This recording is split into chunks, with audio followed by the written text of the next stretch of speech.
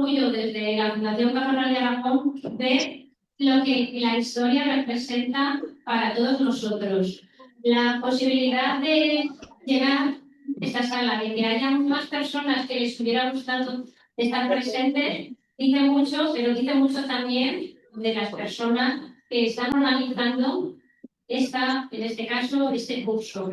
Dice mucho de la Fundación Gaspar Torrente por todo el empeño y por toda la ilusión que pone por mantener y por continuar que la historia siga viva y que todos tengamos la oportunidad de tener ponentes de tan alto nivel como veremos posteriormente al ponente que tenemos la gran suerte de disfrutar hoy y que ha hecho y que ha movido para que todos estemos aquí. Así que muchísimas gracias a todos los que estáis, muchísimas gracias Fundación Gaspar Torrente por hacerlo y no podría ser posible sin otros aliados, en este caso por la Diputación Provincial de Zaragoza, que hace que se mantenga viva la ilusión por lo nuestro, por nuestros orígenes y que lo conozcamos para que si en algo hemos errado, pues podamos hacerlo de una forma diferente. Con lo cual, en este caso, no me da más que dar las gracias, ceder la palabra a la Fundación, primero a la Diputación y posteriormente a la Fundación Gaspar Torrente. Muchísimas gracias por todo lo que estáis haciendo.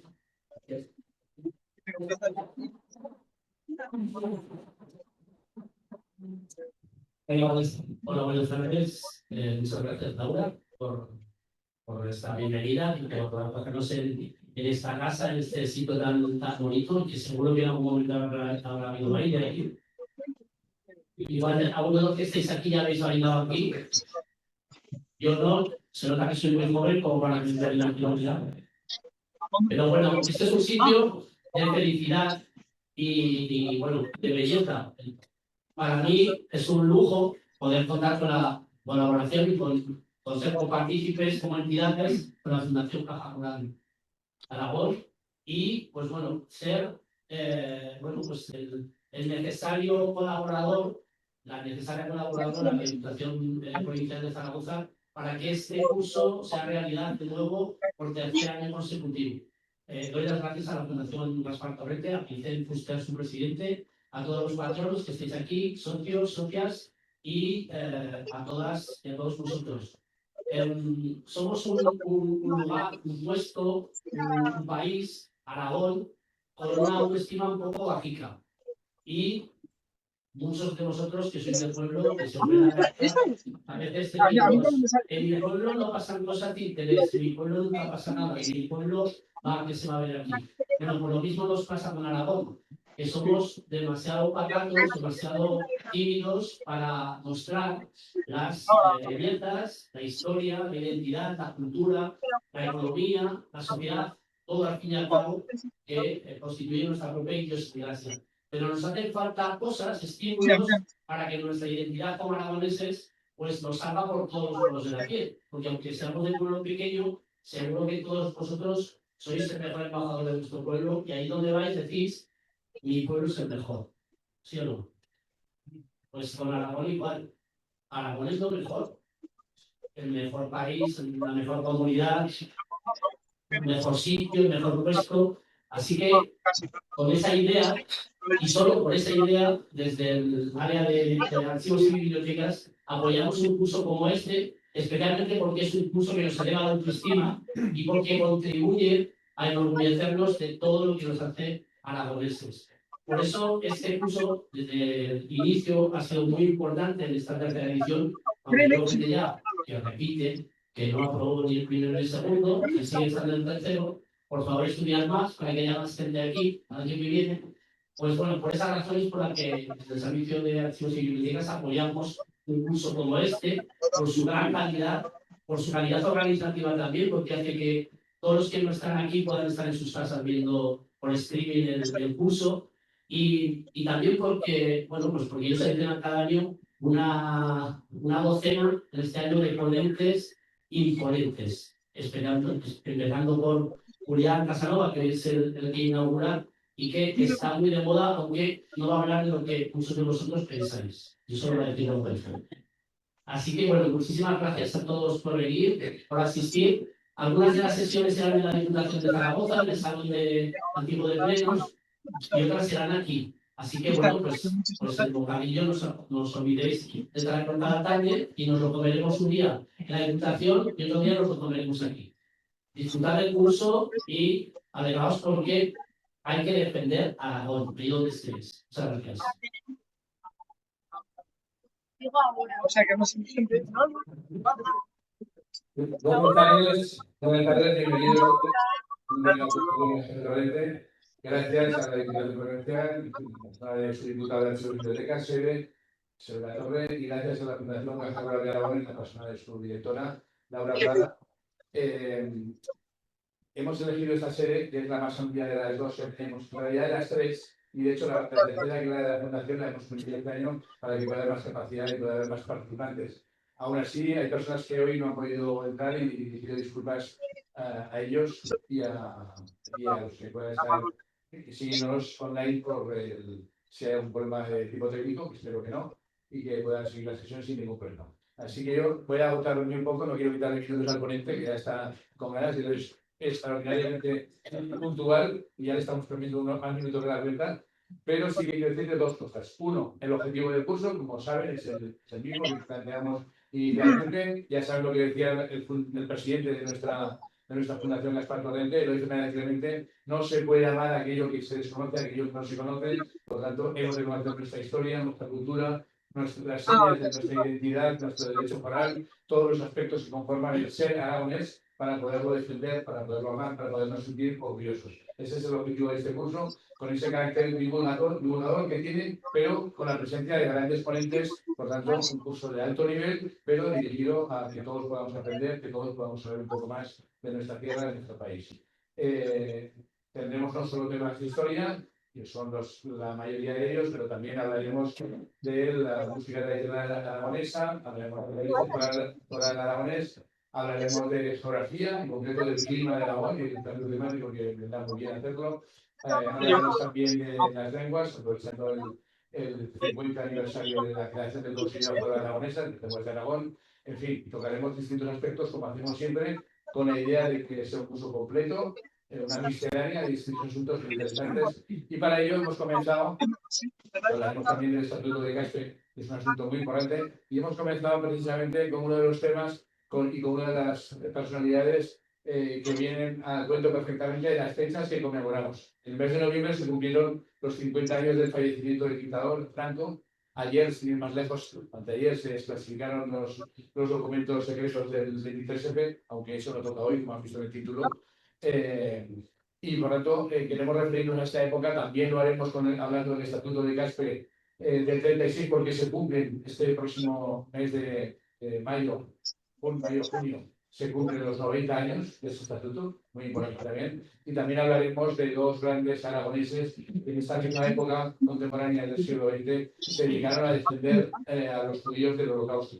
A Sant Briz, que lo conocen, y a un grausino más desconocido que tenemos la oportunidad de conocer el asesor correspondiente que nos toca. Así que, sin más, les voy a dejar y les voy a ahorrar la presentación porque no la necesita Julián Casanova, ya lo conoce, participó en la primera edición de nuestro curso, catedrático de Historia Contemporánea de la Universidad de Zaragoza, gran investigador, académico, docente y, sobre todo, lo que más nos interesa en este curso, especialmente, un gran divulgador de la historia, una persona que le gusta que la gente en su casa entienda, que la gente respete la investigación, la documentación, que respete a los científicos, a los historiadores, y que la gente conozca y pueda sacar opiniones propias con conocimiento de causa. Por tanto, un divulgador de primera línea que, como saben, lo hace desde la televisión pública, televisión española, lo hace desde cadenas de radio como Onda Cero, lo hace desde los medios de comunicación y, sobre todo, con sus publicaciones. Hace un año, precisamente, presentaba para estas fechas su último gran libro, Franco.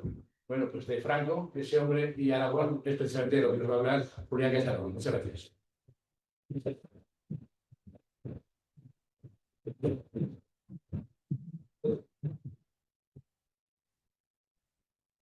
Muy bien, muchísimas gracias.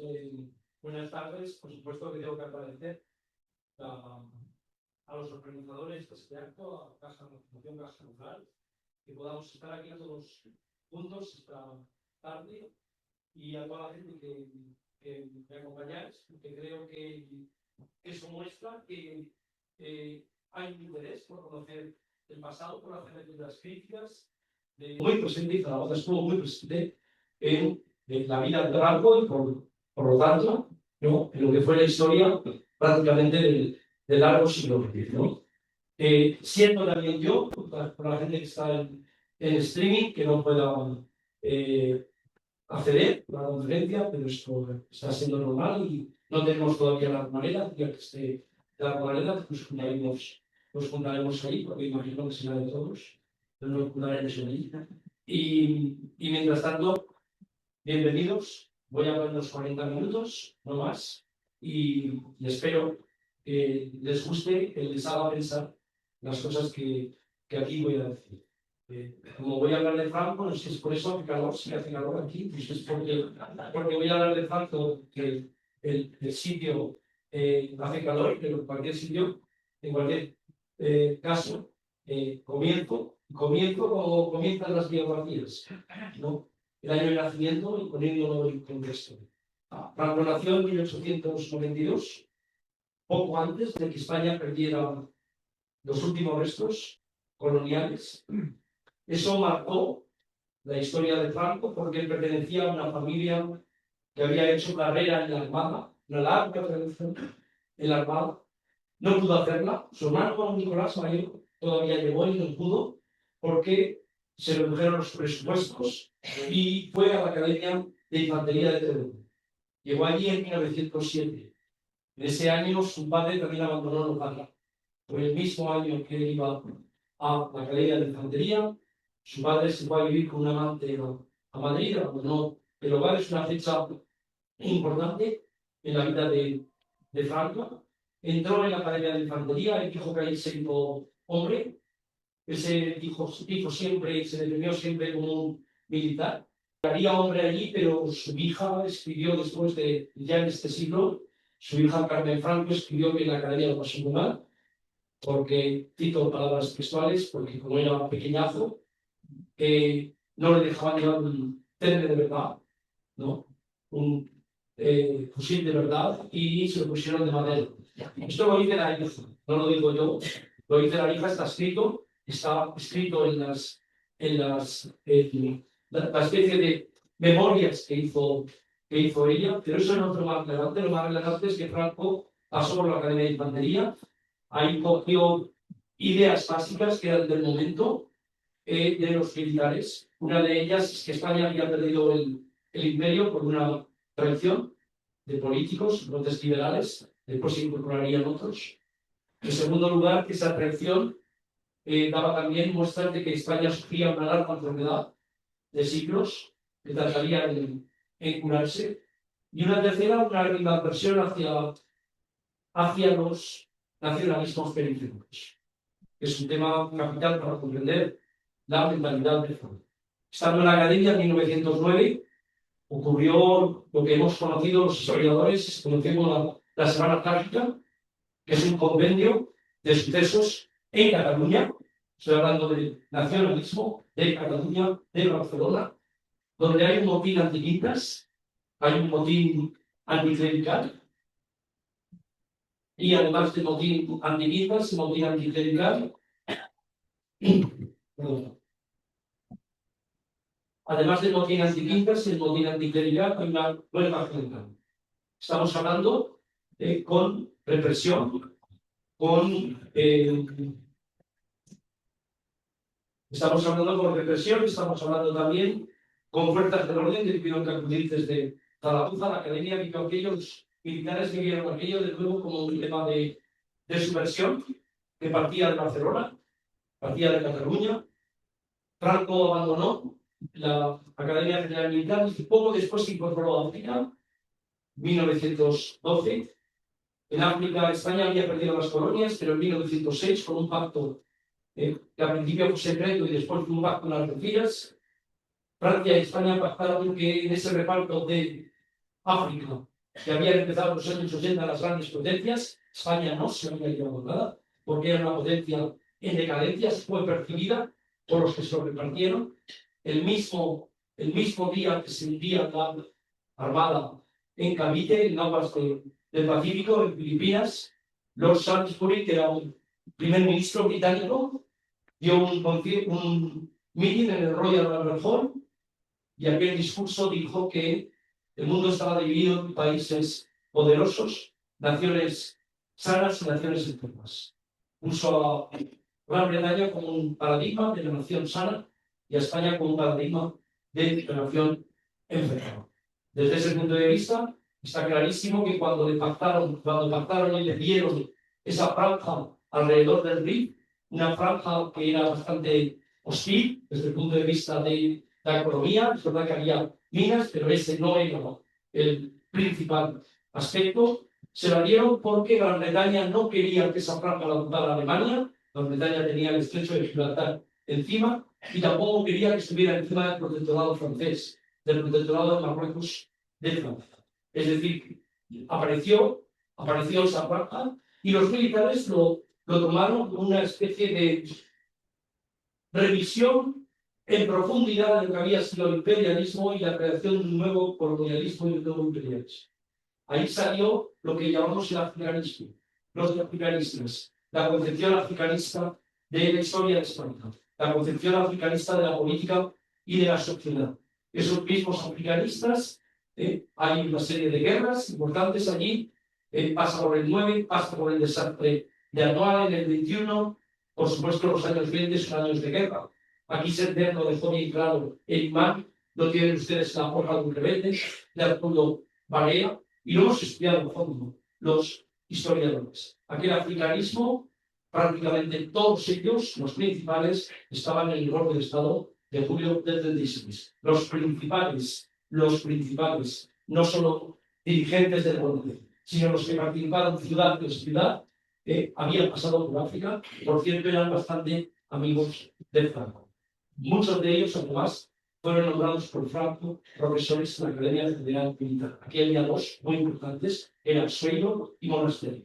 Los dos tenían calles importantes en Zaragoza y los dos ocuparon un lugar importantísimo en el golpe de Estado. Cuando volvió de África, Franco vivió un tiempo en un piso de la Castellana. Era la primera vez que, después de estar en África, en 1926, iba a vivir en un piso, no en las tiendas de campaña, no en los lugares que tenían los militares. Se había casado ya con Carmen Polo. Carmen Polo dijo que África a ella le traía malos recuerdos. Sin embargo, Franco siempre dijo que yo no puedo explicarme a mí mismo sin África. Es la clave de muchas de las cosas que él expresó, manifestó, a la vez que todos los africanistas que le acompañaron. Pero el momento de felicidad de Franco empezó cuando lo nombraron director general de la Academia aquí en Zaragoza. Fueron los años más felices en aquel momento de su vida, lo declaró muchísimas veces. Estamos hablando del 28 al 31. La Academia apenas tuvo 2 años y medio de funcionamiento. La Academia General fue una idea de Primo de Rivera, tras el pronunciamiento que él mismo dio del golpe de Estado de Primo de Rivera en septiembre del 23. Había existido una Academia General Militar fundada por la Infantería, había existido una Academia General Militar en Toledo a finales del siglo XIX, que había dado muy poco. Primo de Rivera había sido allí cadete en aquella Academia General Militar y pensó en una Academia General Militar que inicialmente la idea era cercana a Madrid y al principio la idea era que el director fuera Millán Astral. Pues bueno, fue en Zaragoza, donde el ayuntamiento aportó el campo de San Gregorio, una buena extensión de terreno, y nombraron director general a Francisco, que ya era entonces general de Brigada. Había sido un general de Brigada a los 33 años, muy joven, todos por mérito de guerra, todos los ascensos fueron por mérito de guerra, y vino a Zaragoza, casado, y vino a Zaragoza ya con una niña que se llamaba Carmen Carmen, como la madre. Aquí vivieron unos años en los que él ordenó la enseñanza de la Academia General Militar. Es curioso porque él nombró a los profesores de la Academia General Militar no por méritos de enseñanza o de conocimiento, sino la condición era que tenían que haber pasado 5 años en África, en la guerra colonial, ¿no? y que además tenían claras conexiones con él. Por cierto, nombró jefe de estudios a Campins, un militar que era bastante cercano a Franco, pero que se negó a cumplir el 18 de julio, los días posteriores, en Andalucía, la orden del Estado de Granada, y se negó a cumplir la orden de Queipo de Llano de sublevarse. Queipo de Llano lo mandó fusilar, Franco intercedió y Queipo de Llano no le hizo caso. Poco después, en enero del 37, Franco mandó fusilar a Batet, que era el general que se había mandado a sublevar la división de Burgos, el que mandaba era el gobernador militar de Cataluña en el momento de la insurrección del 34, y Queipo de Llano, que había sido republicano, amigo de Batet, intercedió. Franco le devolvió la misma moneda, Batet fue fusilado. Pero él llegó aquí y empezó a tener relaciones que no había tenido nunca con el mundo civil. Discursos, muchos actos, en la academia, muchas comidas, muchas cenas, ¿no? El obispo, el arzobispo, que era Domènech, en aquel momento un personaje clave para comprender algunas de las cosas que pasaron. Entonces, aquí, por supuesto, el director general, o sea, el director de Heraldo de Aragón, por supuesto, gente de la sociedad aragonesa, y aquí también conoció a un joven abogado que había nacido en 1901 en Madrid, que había venido aquí a ejercer, que se llamaba Ramón Serrano Suñer, al que conoció con su mujer, con Carmen, y Serrano Suñer, en el contacto con la familia Franco, se enamoró de Tita Polvo, que era la hermana pequeña de Carmen Polvo. Se enamoró de ella, se casaron en febrero del 31. El padrino fue José Antonio Primo de Rivera, y busquen a este personaje importante porque Serrano Suñer salió después diputado por la CEDA en 1933, repitió de diputado por la CEDA en 1936, y de febrero a junio prácticamente estuvo en Madrid, recogió allí la sublevación, y después hay una historia de contacto con Franco muy interesante. Conoció a la familia Serrano Suñer, pero aquella época feliz en la que pasó por la Academia del Rey, pasaron de la Academia personajes importantes de Francia que tenían la experiencia en las academias militares francesas. Llegó la República el 14 de abril de 1931, y el ministro, el jefe del gobierno provisional era Alcalá Zamora, el ministro que entonces se llamaba de la Guerra era Azaña. Iban a decretar el cierre de la Academia General Militar. Un cierre que a Franco lo tomó como una humillación en aquel momento. La orden se dio el 30 de junio, pero antes había habido ya elementos fundamentales de cómo afectó a los cadetes ese cierre. Sanjurjo declaró, Sanjurjo es el que había dado ya un golpe en el 32 e iba a ser el jefe de la sublevación. En el 36 lo que ocurre es que su avión se estrelló nada más ascender, tomar aire en el aeropuerto de Casares, al lado de Lisboa. Sanjurjo dijo que Franco tenía a la academia como un juguete y que su creación había sido la de un niño con un juguete. Declaraciones de Sanjurjo. Estoy planteando es cómo los documentos nos dan conexiones entre personajes, que eso es lo que hacemos los historiadores, sobre todo con la biografía. Ese 30 de junio dio un discurso que Azaña declaró esposante honorable, ¿no? Le dieron una reflexión, pero no en ningún momento una sanción. Por cierto, un cadete ilustre después, que en aquel momento estaba en la Academia General Militar, la Gutiérrez Villador. No voy a hablar de 23G, pero Gutiérrez Villador era cadete en aquel momento en Zaragoza, y cerraba la Academia General Militar, pasó por Coruña, pasó por Mallorca, pasó por África de nuevo un poquito, pero sobre todo en mayo del 35 Gil Robles lo nombró jefe del Estado Mayor, la máxima autoridad militar que había en España. Lo digo esto porque la gente cree que la República, la idea que están transmitiendo gente que tiene un nuevo conocimiento, pero sí que usa la política para adaptar el pasado a la política, está defendiendo que la República desde el principio vinieron un grupo de anarquistas, republicanos, los siglos, quemaron iglesias, movieron todo. La República estuvo controlada entre noviembre de 1933 y febrero de 1936, mejor diciembre de 1935, antes de que Portela Valladares apareciera para, en principio, controlar las elecciones que después se mantenían al frente popular.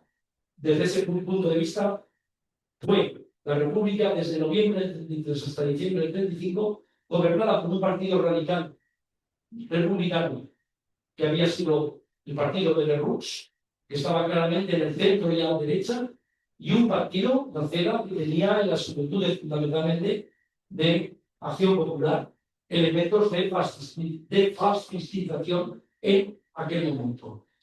Quiero decir con esto que fue jefe de Estado Mayor, Franco, y que Preston, en la biografía que sacó en el año cuando se cumplía el centenario del nacimiento, sugirió con documentación, que yo creo que hay datos, que si lo hubiera mantenido de jefe de Estado Mayor, Azaña en aquel momento, posiblemente él no hubiera estado en la línea de combate de la golpe de Estado. Pero eso es otro tema.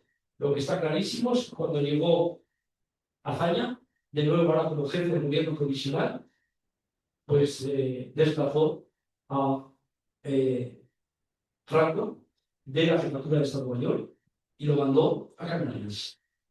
Franco le dijo a Azaña, antes de salir, le dijo a Azaña, usted hace muy mal en enviarme a Canarias. Se lo vio como una humillación, como un destierro, porque yo podría hacer mucho más por ustedes y por la República aquí en Madrid y Canarias. Era un aviso.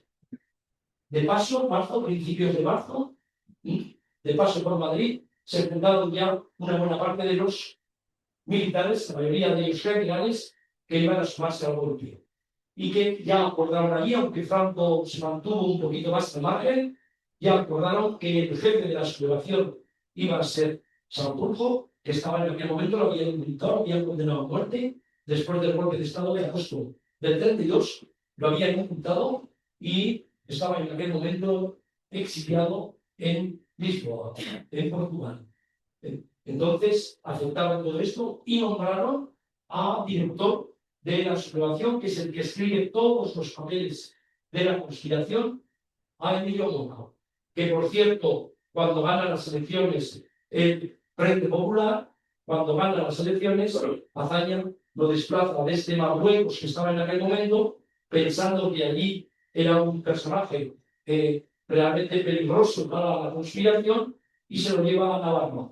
Por lo cual Emilio Mona en realidad va a controlar una de las pocas milicias armadas que hay en aquel momento en España, los carlistas, y que va a disponer no solo de los militares sublevados, sino de un sector importante civil armado que representaba en Navarra y en Álava el carlista. Franco fue desplazado a Canarias. En Canarias varias veces le mandaron escritos, hay constancia de todo esto. Las personas que estaban en la conspiración, Franco se recibió tarde, ¿no? Él creía que hasta que no estuviera todo preparado, no iba a sumarse a la sublevación. Ya lo había hecho varias veces. La última en diciembre de 1936, la de febrero, es más dudosa. La de diciembre del 35 es muy rara. Cuando, por el escándalo de Staperno, el Partido Radical se ve obligado a presentar la división y desaparece y convocan elecciones. Antes de convocar elecciones, Flores le propone a Alcalá Zamora que le dé el gobierno.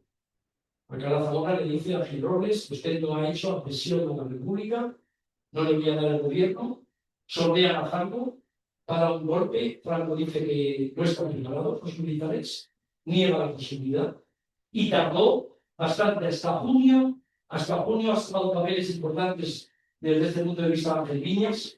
Hasta junio de 1936 él no está convencido de que ese golpe puede llevarse a efecto.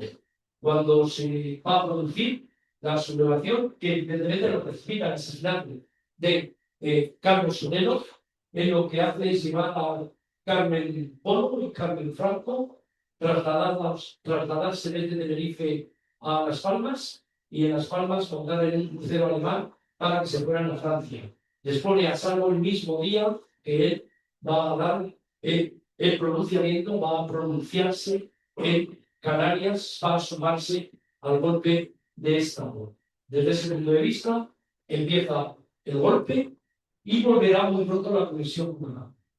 Volverá. Aragón es el paradigma de lo que significa la división de España partida en dos, de la guerra civil. Aquí tenemos las dos zonas, frente, tenemos todo lo que representa la represión de los militares sublevados, tenemos todo lo que representa la revolución, el anticlericalismo, ¿no? La violencia política, la zona republicana, y Franco, evidentemente, mantendrá con Aragón a partir de ese momento una relación bastante intensa, que crecerá en el momento de la batalla de Teruel, continuará en el momento de que las tropas de Franco ocupan todo Aragón, en marzo de 1938, y culminará con la batalla de Ebro, que él tendrá una presencia muy importante en esa batalla.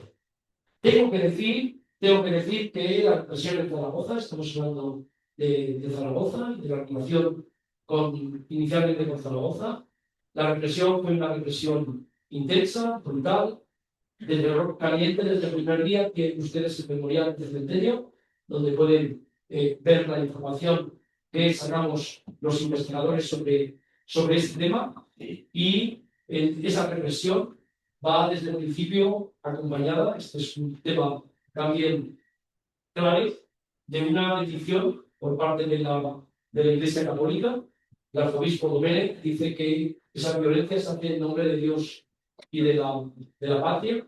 Es verdad que en la otra zona también, fundamentalmente en la comarca de Barbastro, el anticlericalismo se muestra una expresión también intensa, violentísima, ¿no? Por lo cual Franco va a percibir todo aquello. Escribe alguna vez apuntes, unos apuntes que encontramos bastante tiempo después. Está en las batallas de Aragón, como digo. A él ha nombrado jefe del gobierno del Estado español el 1 de octubre de 1936, generalísimo de los ejércitos, caudillo. Muy pronto se le va a llamar caudillo, como el Führer en Alemania, como el Duce en Italia. Franco empezó a ser presentado por la Iglesia Católica como un héroe, de alguien que, por gracia de Dios, había venido para salvar a España de esa larga enfermedad. Él lo percibió, tuvo un elogio de todo aquello, y toda la política de Franco durante el 37-38 está marcada por Serrano Suñé. Serrano Suñé había estado en julio del 36 en Madrid. La sublevación ahí fracasó. Él fue preso. En aquel momento asesinaron a dos de sus hermanos. A él en un cáncer lo sacaron y llegó a Salamanca en febrero del 37. Llegó a Salamanca, y en Salamanca la familia Franco, Carmen Polo, convenció a Franco que ellos estaban viviendo entonces en el Palacio Episcopal. Es un tema también importantísimo. Un militar que el 1 de octubre lo elevan a la máxima autoridad, que vive en el Palacio Episcopal porque el arzobispo de Salamanca, el obispo de Salamanca, Play de Miel precede el Palacio Episcopal. La Carmen Polo le dice a Franco que su hermana y Serrano Suñé que vivan arriba en el ático, y nada más parecer, Serrano Suñé le dice a Franco: lo que tú tienes aquí es un estado campamental, es un estado como el que tenías, como una especie de campamento como el que tenías en África, y lo que hay que hacer es crear un estado con un partido único, con directrices y orientaciones del fascismo italiano y de la democracia. Esto ocurrió en abril del 27, de ahí salió el partido único, que al principio se llamaba Falange Española y de las Fonts, y con la combinación con el carlismo se llamó con ese largo nombre de Falange Española Tradicionalista y de las Fonts. Tuvo una importancia capital hasta el 42. Serrano Suñé lo acompañó muchísimas veces en Aragón, por la relación que Serrano Suñer había tenido. Hay mucha constancia de viajes ya en la guerra y en la inmediata posguerra. En el 42, Serrano Suñer cayó en desgracia. Hay una parte política muy clara aquí de lucha por los carlistas, entre el franquismo y el carlismo. Hay también una parte clara de que el eje está mostrando ya menos fuerza y él había sido un firme partidario de la Alemania nazi, pero hay también un tema que Carmen Polo no perdona porque tiene una hija, ¿no? Al margen del matrimonio, que se va a llamar también Carmen, ¿no? Y a partir de ese momento los echan prácticamente de la familia, nunca tuvieron prácticamente contacto.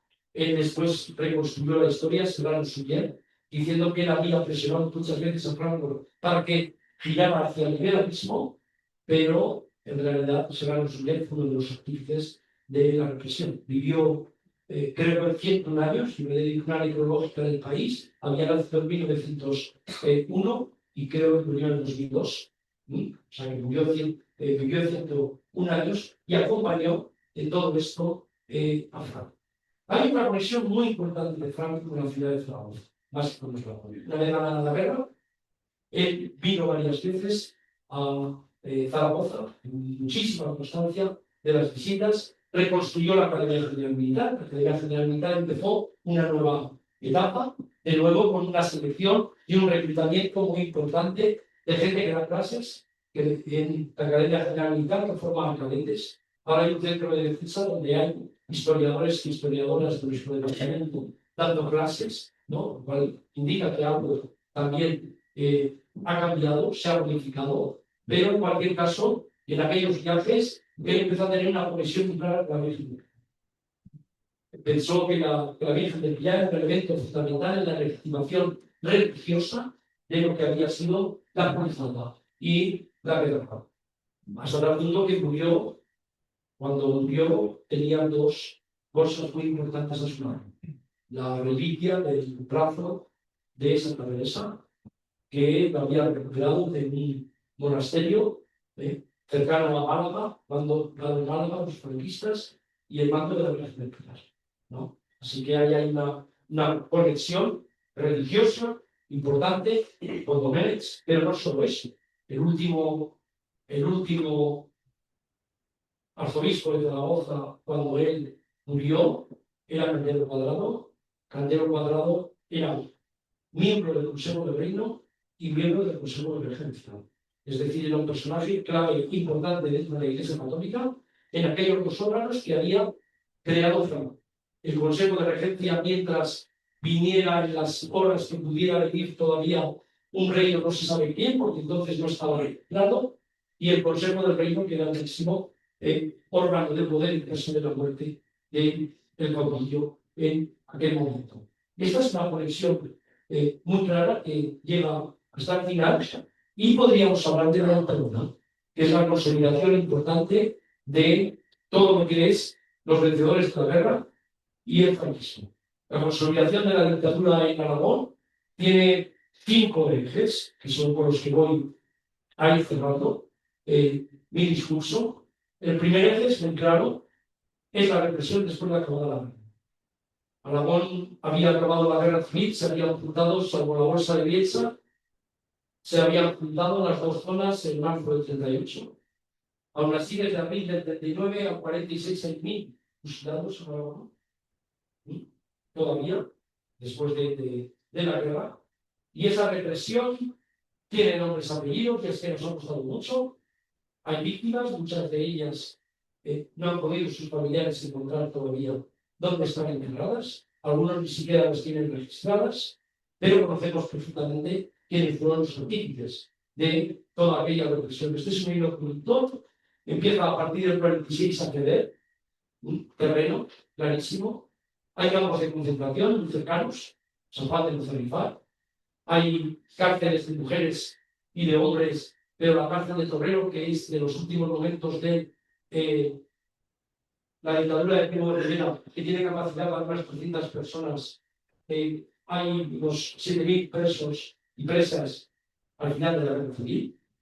campos de concentración, una represión considerable y, por supuesto, una memoria muy importante, en forma de cruces, de símbolos. Vea el Sagrado Cruz que preside ahora el cementerio, que estaba en aquel momento en la plaza de las catedrales, al lado de donde estaba la Fundación de la Hispanidad.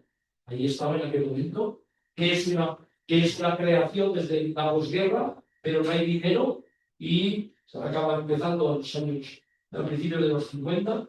Y por cierto, hubo un intento de derribo. En realidad no interesó mucho cuando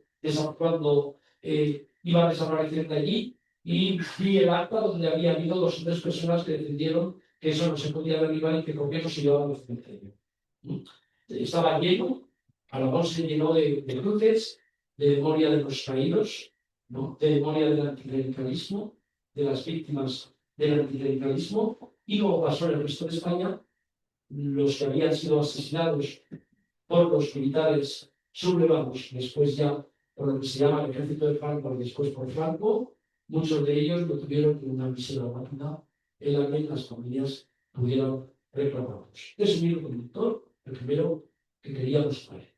El segundo es la política, la relación entre las 3 grandes fuerzas que van a controlar la dictadura de Franco y que coexisten en Aragón, y que en los últimos años han sido claramente investigadas esas fuerzas políticas.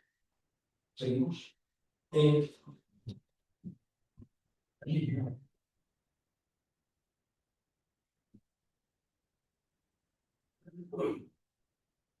Esas fuerzas políticas que han sido investigadas y que son, por supuesto, el ejército con la burocracia militar, la Iglesia Católica con la burocracia eclesiástica y el Partido Único, Falange, que prácticamente controla los ayuntamientos, ¿no? Después gente del movimiento. Es interesante saber la historia de la ciudad, es interesante conocer el vínculo de estas fuerzas políticas, el peso de los militares, el peso de la Academia General Militar, el peso de la Iglesia Católica, que en Aragón tiene un peso especial. Todo esto se ve no solo en la plasmación de las políticas, sino en las familias, ¿no? Si tiramos una prosopografía de las familias que dominan la sociedad zaragozana y la sociedad aragonesa, nos daríamos cuenta que los centros de reclutamiento son militares y son la Falange, y que el militar desempeña un papel muy importante prácticamente en todas las leyes que hay desde el principio. Por supuesto, en la ley de responsabilidades políticas, donde el sacerdote tiene un papel muy importante, pueblo por pueblo, pero también en las leyes futuras que van modificándose conforme el franquismo evoluciona. Tengo que decir varias cosas, y muy importantes. Una, que el ejército se mantiene unido hasta el final. Es verdad que al calor de la revolución de los claveles hay intentos de constituir una unión democrático-militar que tiene un grupo de gente más bien pequeña, se mantiene hasta el final, por supuesto. Es verdad también que la Falange, el movimiento, mantiene hasta el final sus privilegios. Hay luchas entre ellos que no mantienen sus privilegios, pero tengo que decir que la Iglesia Católica empezó en los años 60 a pasar de una iglesia de cruzada a una iglesia que, al calor del Vaticano, al calor de las barriadas obreras, al calor de gente que empieza a percibir que las condiciones de vida en las que se vive en esos barrios obreros son muy malas, empezaron a ver curas por primera vez que hablan de socialismo, que estaban en relación con la OA, con la JOP, que con mujeres en las asambleas del barrio. Tenemos muchos ejemplos en Zaragoza. Aquí hay un ejemplo paradigmático. Tenemos sacerdotes que acabaron secularizándose. Tenemos, por supuesto, una conexión clarísima entre cristianos de base y comisiones obreras en muchos barrios. Pero aquí tenemos un caso paradigmático que es el cura Gilberto, que es el cura de Favara, que echó de la iglesia, ¿no? La grupo Cantero Cuadrado. Él había creado un grupo alrededor de Favara de gente que trabajaba para Vidas en Caspe, un grupo de gente que trabajaba también por una línea de asambleas, de cristianos por el socialismo. Bastantes curas se identificaron con él de tantos, ahí había dos de mi pueblo, de Altaborfa, ¿no? Uno acabó sincronizándose, que fue Reich, que fue concejal del ayuntamiento en las primeras elecciones democráticas, y el otro fue Boarc, que estuvo muchísimo tiempo de sacerdote en Pichoro. Él no se fue del sacerdocio, pero empezó a trabajar, se fue a Planero y estuvo durante muchísimo tiempo en Pichoro, en la zona de las cinco luces. Así que ya se ha dado mi pueblo, aquí en la charla. Y quería sacar el tercero y el cuarto. El tercero es que la historia de Franco o la historia del franquismo no es una historia en blanco y negro. Es una historia que evoluciona. No es una historia en la que con la represión se pueda mantener hasta el final, ¿no? Sino que es una historia en la que adquiere viso de tener una base social muy amplia. Y esa base también cambió. Era una base de combatientes en los primeros momentos, pero después fue una base social que se adquirió a través de la modernización de los años 60, del desarrollismo, esa palabra que viene a indicar algo bueno, pero en realidad indica también muchas cosas de efectos y consecuencias sociales. Y desde ese punto de vista quiero también aclarar que esa base social, no la pasiva, sino la más activa, está muy presente en la sociedad. Vigila, delata, informa a la gente que se opone al franquismo, y tenemos muchísimas muestras de esto. Afortunadamente hay archivos que están abiertos, pero hay muchos archivos que se quemaban. Hay muchos archivos que se destruyeron. No lo digo yo. O sea, los archiveros, y pueden leer las memorias de Óscar Alzaga, que fue un político muy importante de la UCD, y en las memorias sacan todo lo que hizo Martín Villa cuando fue ministro del Interior, con la documentación que fundamentalmente venía de la oposición al franquismo. La parte importante de toda esa documentación partía de Zaragoza, Bilbao, Valencia, Madrid, Sevilla, Barcelona, eran las ciudades que aparecían básicamente en todos aquellos archivos. Y la cuarta, aquí hubo durante muchos años escuela católica. Primero escuela fascisticada, por cierto, un colegio alemán que era unido de nazis, era unido de gente que había estado, criminales de guerra que habían estado con el nazismo, que vivieron de forma impune en muchos sitios, en Denia, en los colegios de alemanes en aquel momento. Lo siento, pero esa es la documentación y esa es la realidad. Y después hubo escuela nacional católica, una presencia muy importante de la Iglesia en la educación, y nos hemos dado muchísimo reconstruir toda esa historia. Así que voy a acabar, como suelo acabar casi siempre las conferencias, cuando doy una conferencia de historia, apelando al valor de la educación. Ya sé que hay gente molesta con este pasado infame, con este pasado sucio, es un pasado incómodo para muchísima gente, lo estamos viendo, es un pasado que se utiliza para adaptarlo al presente. Cada uno quiere que su presente tenga en su pasado la felicidad. Gustan mucho las glorias, mucho más los infames. Este es un problema de España, este es un problema de todos los sitios, pero hemos levantado durante mucho tiempo grupos de investigación, de indagación. Hemos tratado de llevar la enseñanza a las aulas. Algunos lo han hecho, otros ya sé que se quejan de que no estudiaron nunca el siglo XX, ¿no? Se tardó en introducir el siglo XX, pero hoy más que nunca necesitamos darle valor a esta educación. De nuevo, dos cosas, y cierro. La primera, con un elogio del conocimiento frente a la gente que estimula la ignorancia. Esta es una cosa que vivo sistemáticamente. Y hoy existe más que nunca. Hoy hay un relativismo por el cual el conocimiento es tan relativo que cada uno lo tiene como quiere y como toque, ¿no? Es la negación de que el estudio, de que la indagación, de que la investigación, de que viajar por el mundo, de que estar en contacto con otras historiografías, no sirve de nada, porque en el fondo es opinión. Por cierto, es opinión si se estudia este pasado infame cercano, porque si se estudian los reyes católicos, si se estudia la España romana, entonces ya no se tenían, ya eruditos, ¿no? Pero cuando se trata de pasar infame, entonces viene la percepción de que todo eso es oculto. Y el segundo elemento que me parece importante, tenemos que insistir en esto. Aquí hay gente que vivió aquella España en la que los hijos fueron por primera vez a las universidades, ¿no? Tenemos que insistir en esto. Tenemos que darles un legado a la gente que crece, un legado en el que las universidades cada vez sean mejor, un legado en el que la educación cada vez sea mejor, pero para eso necesitamos crear educación.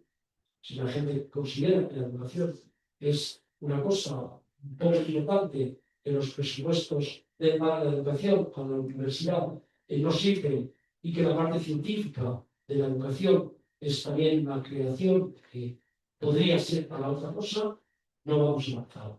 Así que sin archivos para la historia, créanme, sin documentos para la historia, sin erudición, esfuerzo, ética del trabajo para la historia, pero si no lo sabemos llevar, difundir en las aulas, en los medios de comunicación, con sosiego, sin insultos, sin gritos, esa historia tampoco sirve de mucho, porque al final el uso y el abuso de la historia no lo hacen los historiadores, sino aquellas personas que desde medios de comunicación o desde la política quieren acusar el pasado a su respecto.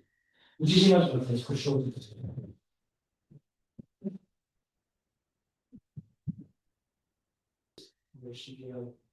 Un checkpoint en lo que hemos sacado. O sea que no creo que sea un intento de conquista, porque en realidad, digo de conquista de la Generalidad, porque los que vienen aquí al principio son columnas fundamentales en el código. Ya que hay otros países clave que van al mundo, después muere el 20 de noviembre, que es un cumple, ¿no? Y si nos damos cuenta, es la única revolución, la única parte del origen de la guerra que está filmada. Porque esta gente pertenecía al sindicato de espectáculos, tenían cámaras, eran los únicos prácticamente que salían a hacer cine y documentales en España. Al principio los militares rebeldes no tenían a nadie, empezaron a venir nazis, que son los que desmontan prácticamente todos los documentales, todo eso lo salía al tiempo en la guerra filmada. No, y creo que además se ve muy clara después también la Federación Soviética, ¿no? De los documentales. Pero es un tema fascinante. Es un tema que también estudiaba por primera vez los militares que franquistas habían estado en el servicio histórico militar. Yo hice la media en Madrid, estuve con mi tesis doctoral todo el tiempo en el servicio histórico militar, y Martín de Valde había hecho un libro que se llamaba La educación del autor, y el desembarco de la Europa, donde contaba desde el lado militar todo el avance de los comunes. El año pasado hicimos un coloquio dentro de este curso precisamente sobre el Consejo de Defensa de Aragón y las certificaciones, que les recomiendo que lo vean en YouTube, porque se lo verán. La pregunta mía es la de Franco termina la guerra el 1 de abril, ¿no? Del 39. ¿Qué sistema pone? ¿Pone una monarquía, pone una república? Porque yo hablando con falangistas, me dicen que ellos eran republicanos, y Santos era republicana, porque eran falangistas. No sé. La primera versión de abril del 39 es que en las reuniones de Salamanca, que había lo lleva la jefe del gobierno del Estado español y un nombre generalísimo, en aquel momento, había habido una cláusula que era mientras dure la guerra. Ahí está Cabanellas, que era el jefe de la división, masón, aquí, se sublevó, es el que advirtió después de que si ustedes no conocen a Franco, no se va a ir nunca, ¿no? Y en aquella primera versión, mientras dure la guerra, nada más acabar la guerra, Kindelan y Valera y Kindelan le presionan a Franco por el tema de la monarquía, pero nada más acabar la guerra, empieza la Segunda Guerra Mundial. Hay una ratificación en aquel momento, División Azul, el debate de la monarquía se abarca. En aquel momento de la posguerra mundial, en el 45, el padre de Juan Carlos, don Juan, levanta la mano clarísimamente y dice: ya es hora de que, al calor de la derrota de las potencias del eje, aquí haya una monarquía que represente lo que representa Europa, liberal, le va a ver cargando estoy y le dice, es muy claro el documento, le dice, mi excelencia, la guerra civil ha abierto una nueva era. Ahora hay una trinchera. Aquí o allá, usted tiene que decir dónde está. Si usted quiere, no, si usted quiere una dictadura, perdón, una monarquía liberal como la de su abuelo y su padre, aquí no va a haber una monarquía liberal. Y si no quiere una monarquía liberal, sino que quiere católica y integralista, no hace falta rey porque ya tenemos. Esto se lo dice, aquel, en la aquella reunión. Poco después tiene una reunión con Juan. En la primera reunión, si lo que era todavía el Azorín, que no llegaba a Azor, en el Teate, en las aguas del Cantábrico, Franco le dice a don Juan que la monarquía es una cosa de larga marcha, que no se preocupe, que no va a haber una monarquía por ahora, y que su hijo iba a ser educado en España. El hijo Juan Carlos vino a los 10 años prácticamente ya. Cuando vino la época de la universidad, tuve la segunda reunión, y Franco le dijo: su hijo va a ser educado en las academias militares, las tres. No va a ir al extranjero y no va a ir a ningún sitio. ¿Qué quiere decir esto? Que hay una tendencia monárquica muy importante, incluida también en los militares. Hay una tendencia republicana, es que porque no sea monarquía, una dictadura militar no es republicana. Es una dictadura personal de alguien que actúa como rey, es caudillo por la gracia de Dios. Él actúa absolutamente como rey, todo el mundo lo trata como a alguien que está por encima de todo el mundo, no un dictador. Esto ni siquiera el Führer y el Duce lo tienen con esa longitud de tiempo y otras cosas muy importantes. Carmen Polo percibe claramente que hay una aristocratización de la vida en el parto. Él es el que nombra y da títulos nobiliarios, algo que no había hecho nunca. Es paseado bajo el río, cosa que era un privilegio de los reyes, y podría seguir. Porque hay un capítulo en la biografía de Franco que se llama Monarcas sin Dogma, que creo que resume perfectamente todo esto. Pero esto es de documentación, de archivos, de saber. Hay un sector de los falangistas que no les gusta la monarquía. Pues, ese sector de falangistas quien les está diciendo el 23F que habremos. Que esto es una larga tradición. Es una larga tradición de una derecha española que quería la monarquía después del 31. Antes del 31 no hay movimientos antimonárquicos desde la derecha.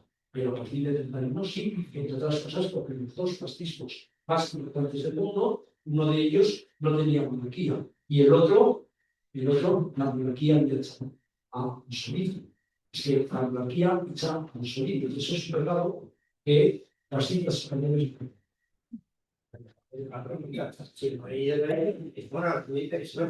No, si no hay reino república, en ningún momento, no, Es exclusivo y excluyente. no, vamos a ver, ¿dónde ha visto usted? Primero, hay una costumbre. Yo voy a mi casa con el cariño. ¿Dónde ha visto usted que España es una república de Claro, y que no vi ningún rey. Del 39 a la esencia ¿Qué quiere de la ONU.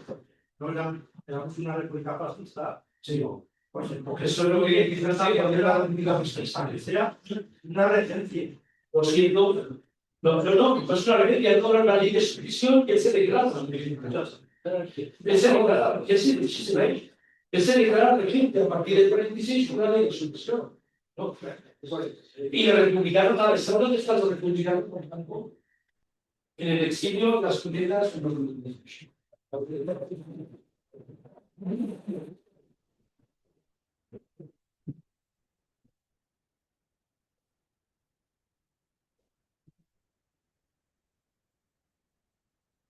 ¿Hay más preguntas de la sala? Vamos a pasar a la de online.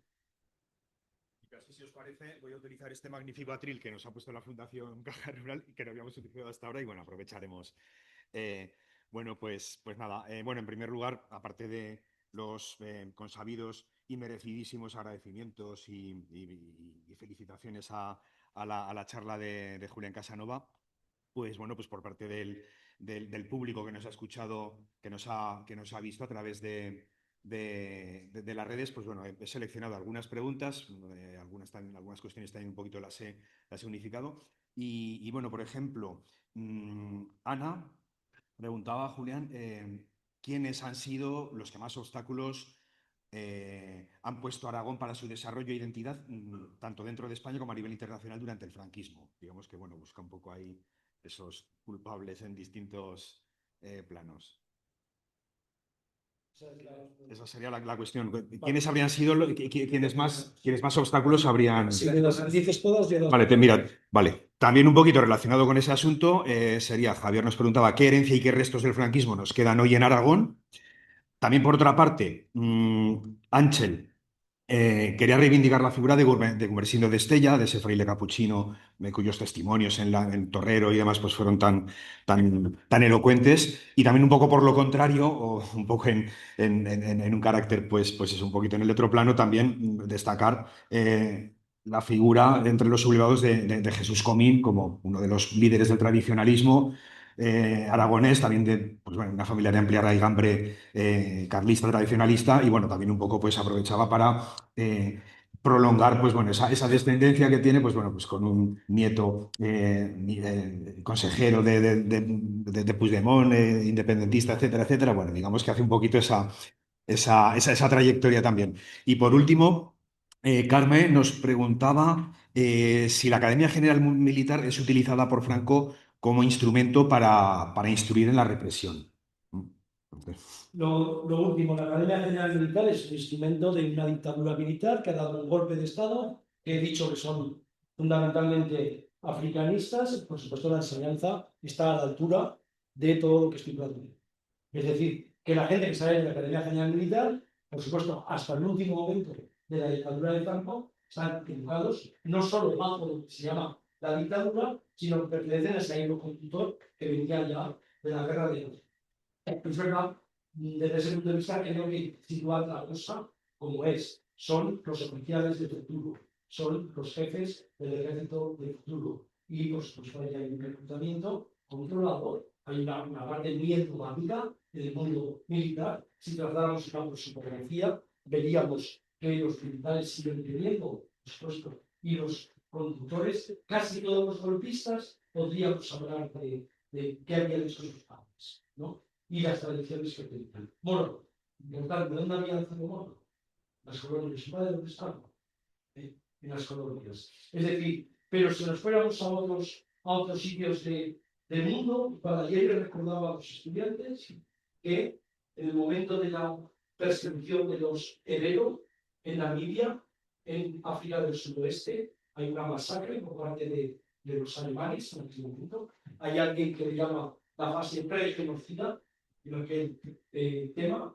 Decenas de miles de hereros son aniquilados, mujeres, niños, en aquel momento. Todo esto en aquella Europa civilizada no salió, pero va a salir todo adelante. El inspector de la colonia en sudoeste de África, en aquel momento, finales del siglo XIX, se llamaba Goering. Y es el padre del ministro de la Relación, Goering, después con Alemania nazi. Es decir, trazaríamos los conductores, que lo podríamos llevar también a intelectuales y a otra gente, ¿no? No he reflejado nada de lo que significa la dictadura. He venido más bien a hablar de Franco y de Aragón, que no de la dictadura, pero evidentemente aquí hay un tema capital, que es el éxodo. Es un tema capital que cambia la faz de esta sociedad, ¿no? Ese éxodo rural que tiene costes sociales importantes, siempre llamamos a España vacía o vaciada, pero que en aquel momento tiene costes importantes. Demográficamente, Aragón tiene 176.000 habitantes en el censo de 1900. Y acaba prácticamente con 1.000 habitantes en aquel momento. Aragón hoy tiene la mitad de la población, la mitad de la población de Aragón, que era más de 1 millón de habitantes en el año 30, y en Zaragoza vivían 176.000, en Teruel vivían 15.000, en Huesca vivían 15.000, en Calatayud vivían 15.000. Para que nos veamos un poco el alcance de este éxodo rural, que cambian no solo las cuestiones de producción, sino las relaciones familiares, la estructura de Zaragoza, cambia por supuesto el mundo urbano de Zaragoza, destruye una parte importante del patrimonio que se podían por gente que realiza el modernismo, aquí, ¿no? Destruye una parte de lo que había sido la historia. No hemos sabido qué hacer con el patrimonio industrial. Hay un debate de qué pasa con la industria, con estas fábricas, qué hacemos con ellas, ¿no? Vienen unos y dicen que a destruirlas, otros no las mantienen, se caen. Lo tienen ustedes, allá al lado del CaixaForum, tienen el ejemplo más claro de lo que estoy diciendo.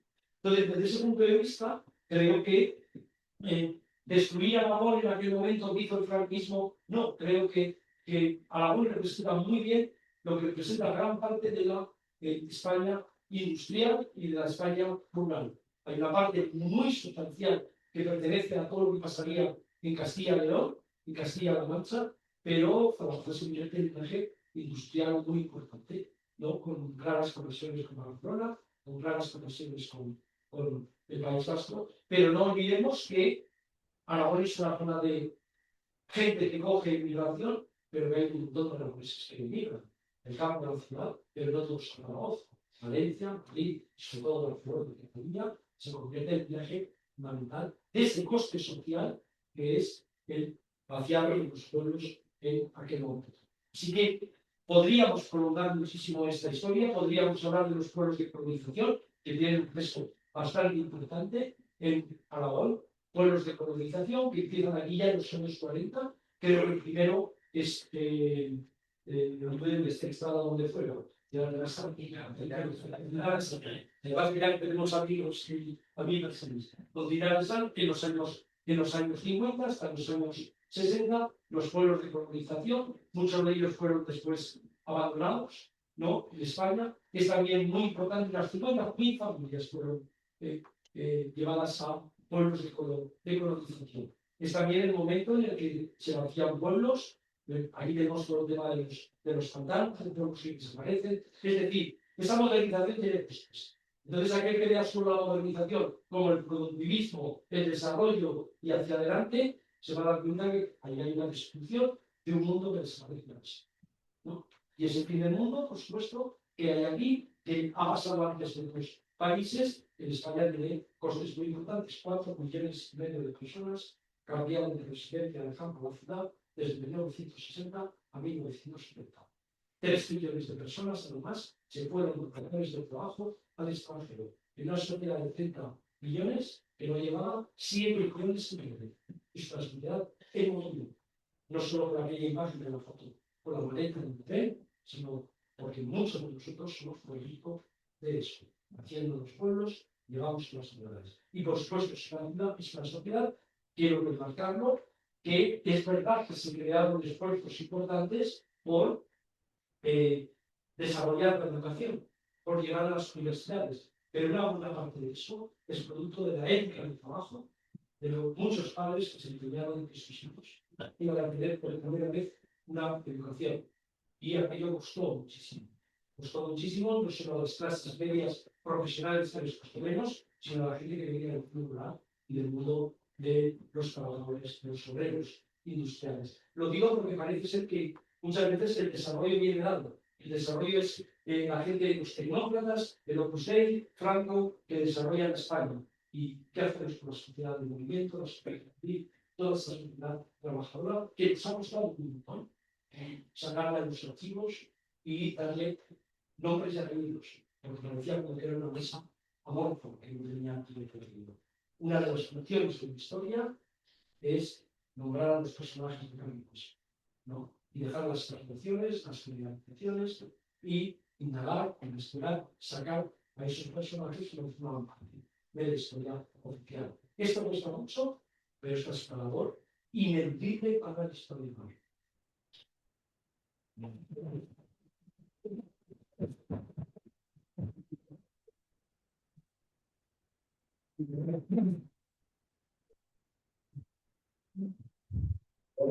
Muchísimas gracias a todos por su atención, también a nuestros seguidores online. Muchísimas gracias, Julián, por tu conferencia, por tu coloquio magistral, como nos tienes aquí. Y les emplazo el próximo miércoles en esta misma sala con el catedrático Francisco Pina Polgo para hablar de una interesantísima charla sobre la época ibérica y romana, siglo II y I antes de Cristo en Aragón. Hasta el próximo día. Gracias. Muy bien.